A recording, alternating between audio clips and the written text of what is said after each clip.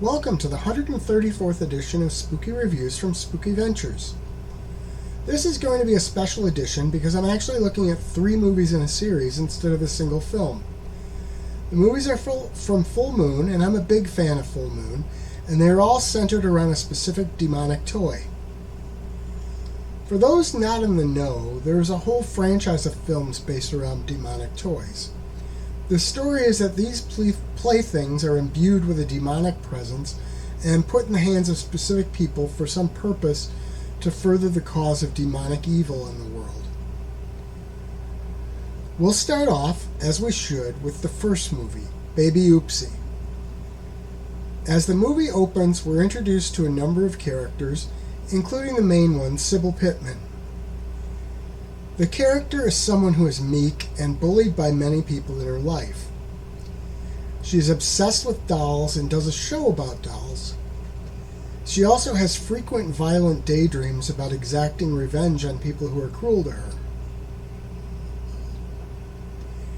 She receives frequent packages of dolls and doll parts from anonymous donors.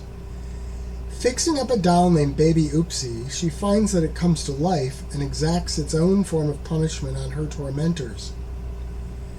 As the line of bodies stretches ever further and she realizes that she is not in control of her killing machine, she decides to cancel Baby Oopsie's show. As you might imagine, it does not go as planned. This movie is quirky and quite unusual. It's also a lot of fun. It gets pretty bloody at times, but it's also funny at points. One thing that I caught that I absolutely loved was a nod to one of the earliest Scream Killer dolls, Talkie Tina from The Twilight Zone.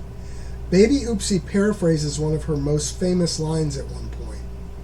I personally love Easter eggs like that. The Blu-ray disc for this one is loaded with quite a few special features, including some behind-the-scenes stuff that's quite interesting.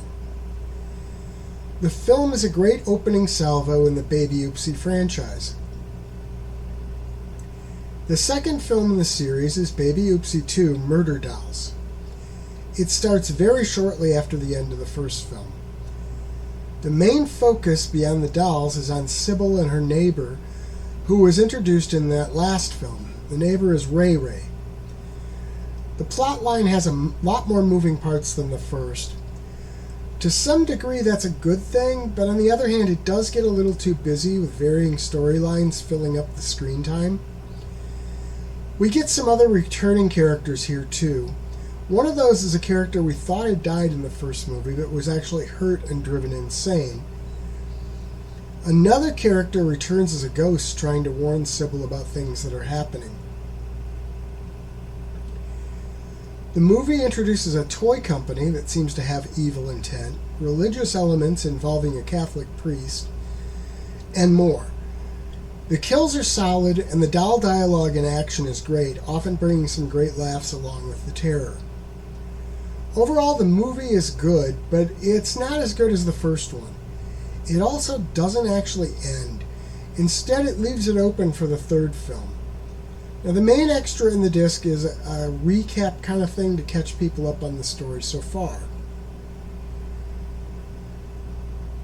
Now, since the second movie doesn't really come to a satisfying conclusion, it's basically setting it up for the third film. That third movie seems to be more of a straight-line, cohesive film.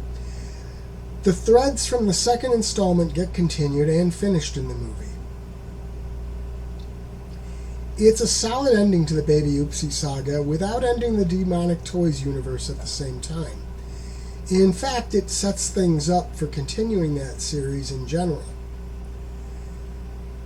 The bonus situation on the disc is basically the same as on the previous one, and again, bonuses are just that, bonuses. Overall, the Baby Oopsie 3-film series is quirky but also fun. It has plenty of good kills and a lot of creepy entertainment. The second movie is a little less satisfying if you don't follow it up by the third film. Taken as a series, though, the closing is very satisfying.